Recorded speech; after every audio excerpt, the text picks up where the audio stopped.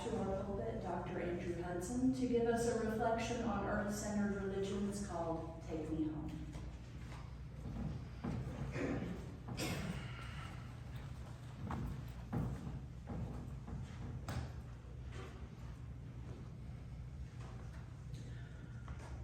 You do not have to be good.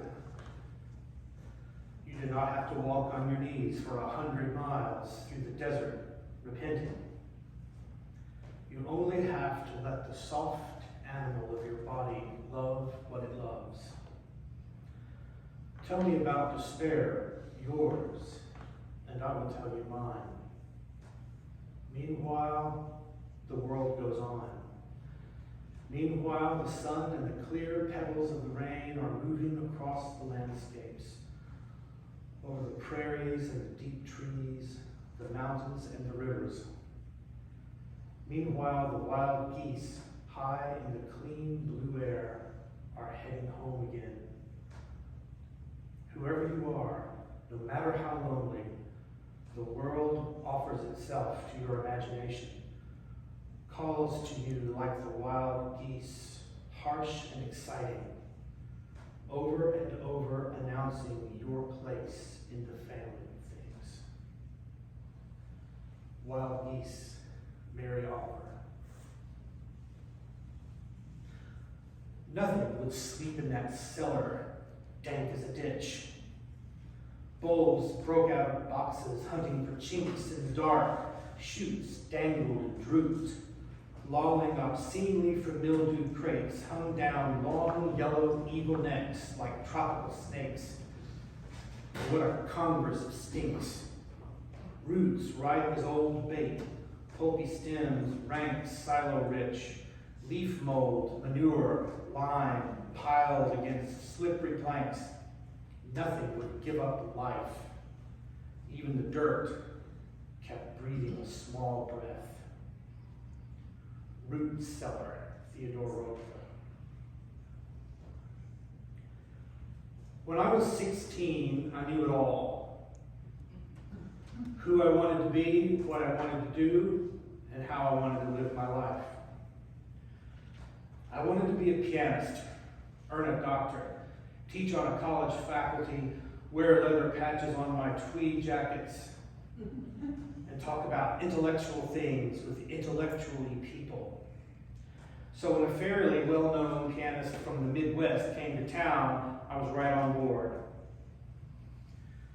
It was the summer before my senior year, and she was the guest artist at the annual week-long piano festival held at Radford University, where both my father and my piano teacher taught.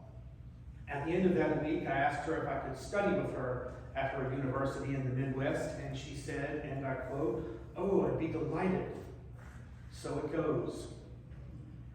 During that year, I drove to the Midwest with my father, spending, incidentally, one of the nicest times we ever had, all of which were when it was just the two of us. Him driving, me reading Catcher in the Rye, still one of my favorite books, although to paraphrase Robert Duvall, I've never read it a second time. I played, they liked it, I was accepted, and that was that. Until a few scant months before graduation, I walked away from the whole thing. Like Rudolph, I was growing up, becoming a man, starting to take an interest in a wider world and wondering what would be my place in it, what I would do to help. So while sitting in my friend's dorm room one night listening to him play the guitar and sing about peace or whatnot, I got the calling to become a Presbyterian minister. It would be 1 year before I hung up on that call, and 3 decades before I pulled out the phone out of the wall and burned it. But during that year, I was going to be a Presbyterian minister. Problem was, I was registered at the university in the Midwest. So it goes, and so I went for 2 quarters. And those 2 quarters changed me more than any time in my life would for the next 30 years. I encountered new people, new experiences, and new ways of thinking. In many ways, it prepared me to be a Unitarian Universalist. The university, for those of you from Chicago, was Southern Illinois University at Edwardsville. I doubt if many of the rest of you have heard of it, although it was one of the cleanest in Illinois. Edwardsville was a quaint small town about 38 minutes from St. Louis, the first non-Southern city I had ever lived close to.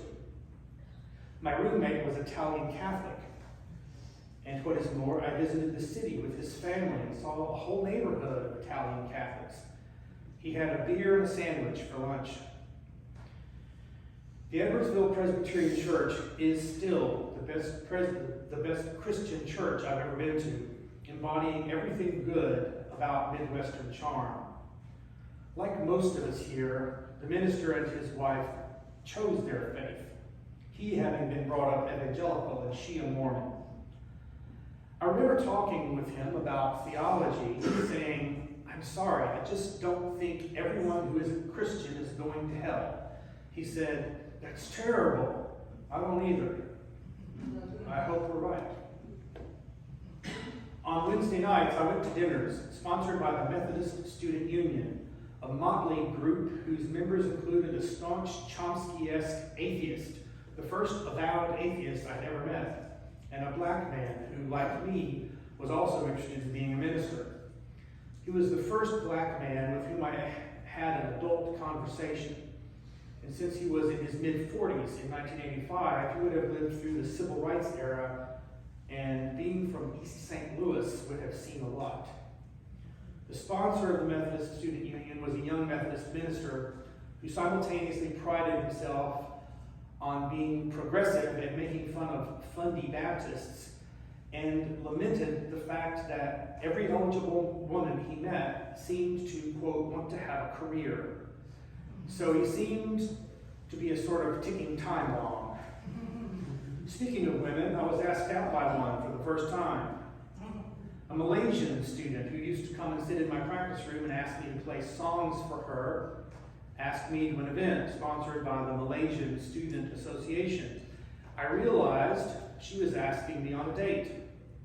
Unfortunately, I realized it about 2 years ago. At the time, I told her I had to work. From 8 to midnight every weekday, I was a student janitor. So I followed full-time janitors around and listened to them talk about their lives and experiences. It's also how I knew SIUE was one of the cleanest universities in Illinois. I learned a lot on that job, as one does when talking to someone from 8 to midnight every night. Men who had been divorced, men who had been to war, and men who had run donut shops. I heard about religious faith, racism, which I guarantee is not limited to the South, and blue-collar resentment of their college-educated supervisors who, quote, had their goddamn degree hanging on the wall and thought they knew every goddamn thing. That one stuck.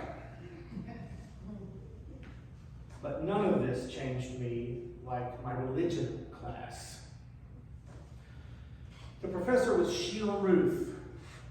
Born Jewish in New York, she was fairly petite with black curly hair and was a force of nature who forced us to think in every class. She once asked us to shout out the most vulgar curse words we could think of. After we realized she was serious, we did so, and she wrote them on the blackboard. Then she pointed to them and said, "Notice anything? Every one of these is about sex or the human body. Think about it. To damn someone to hell is serious business, but to get fucked," pause for emphasis and to relish the audible gasps, "is a pleasurable thing." After we picked our jaws up off the floor, she continued talking about people's attitude towards sex and the human body, especially women's bodies. In fact, she was probably the first person who ever talked to me about what women go through, including what they go through once a month. She told us that when she was young, women had to speak in a shameful code, such as, "I got a letter from my friend." This didn't seem to register with any of the young women in the class in 1985, but one who was in her 40s or 50s immediately burst into laughter and said, with us, it was George came to stay. And she didn't stop there. During one class, she told us about a lecture she was about to give to an auditorium full of people when, dressed in a business suit, her period started unexpectedly. She ran to the bathroom and after doing what she had to do, washed her hands. While looking down at her hands, she realized this is just blood. All this is blood. I know that's not literally true because Sarah told me, but I'll use her words. And I cried and cried and cried. She told that story to other auditoriums full of people, and she told it to us in class. To quote Father Mulcahy, how could an 18-year-old boy trying to be a man listen to that and not be changed? She was awesome. I aced her class. I loved her. And she was a pagan. What did I know from pagans? I'd never met an Italian Catholic. But I learned. I soaked up what she had to teach me and was excited about it. So when I went home after the quarter was over, I couldn't wait to share it with, you guessed it, my father. Dad, guess what? I'm taking a class in religion, and it's taught by a pagan, and I love it. Now, there might be some bizarro world or an alternate timeline where Tashigar is alive and well, where my father thought, because my son is happy, I am happy, and I'm eager to listen to what he's so enthusiastic about so that I may learn something as well. But that was not my world or timeline. In my world, my father scoffed and said, what is a pagan doing teaching a class on religion? I was stunned for a while, then said, what do you mean? What's wrong with a pagan teaching a class on religion? He answered, a pagan is an irreligious person. Scratching my head, I said, but that's not right. Paganism actually involves the divinity of nature, pantheism, and I got about as far as but before Dad stomped into the library and yanked off a musty dictionary that looked 100 years old, flipped its musty pages, and said, what does that say? I'm not sure how many women in this room have ever had a man explain something to them that they knew more about than he did. That was a joke. Every woman in this room has had a man explain something to them that they knew more about he did, probably even the 9-year-olds. That's what mansplaining actually is, not just a man explaining something to a woman. After all, he could be teaching a class or her supervisor or something. It's when a man explains something to a woman that she knows more about than he does. I know this because Sarah told me. Well, this was my first taste of it, and I didn't know what to say, except, Dad, she's a literal professor of religion. She's written a ton of books. I got as far as but before Dad did what many men do when they run out of facts. He got louder. What does that say? I looked at him in disbelief and said, an irreligious person. By the way, if you Google pagan on Merriam-Webster online today, the second definition is an irreligious person, specifically not Christian or Jewish, offensive and archaic.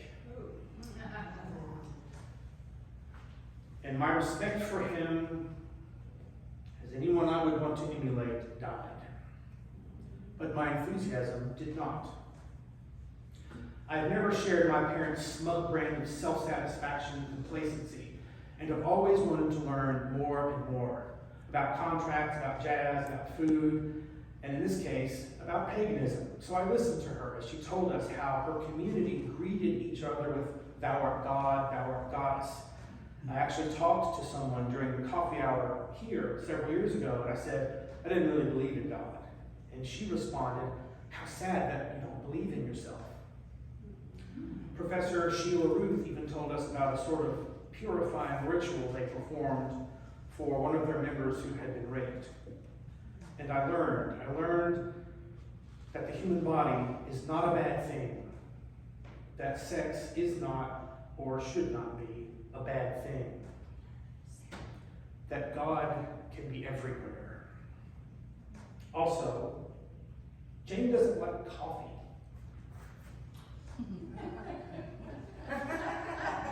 To use the parlance of our time, I know, right? The UU president doesn't like coffee. It makes me wonder how many other skeletons are in other people's UU closets. Well, here's mine, or one of mine. The one I'm always afraid to make someone force me to turn in my UU card. I'm a city boy. Always have been from the time I was 5, when Mom and Dad would wake me up when we drove through Charleston, West Virginia on our way to visit my grandparents in Louisville. The same route we took to the Midwest, by the way. When I was 5, Charleston, West Virginia was a big city, and I loved looking out the window at the Capitol building and highways. And although I've now seen many of the world's major cities, I still love Charleston, West Virginia, every time Sarah and I drive through it. So, I never wanted to be in this skit, and I'm not the reflection giver you're looking for. But here we are at the end of my series on the 6 sources of living tradition. This is the one and only time I'll ask for audience participation. Can anybody shout out one of the other 5? The democratic process? That's the principle. Sources of living tradition. I've talked about them before. No? Oh, the First, yeah, the prophets of Jewish. yeah, prophets are second. First is direct experience. All these are longer. Direct experience, prophets. Third is world religions. Fourth is Christianity and Jewish faith. Fifth is humanism. Sixth is spiritual teachings of earth-centered traditions, which celebrate the sacred circle of life and instruct us to live in harmony with the rhythms of nature. The most important thing I can do today is ask those of you who identify within those traditions to share your story and your faith experience and educate the rest of us. I decided not even to go into talking about paganism and let people who are more knowledgeable do that. You all know that I strongly identify as humanist, and that goes hand in hand with cities, which, with their universities, cultural events, and architecture, are testaments to human achievement. But humans cannot achieve everything, and we are far from all-powerful.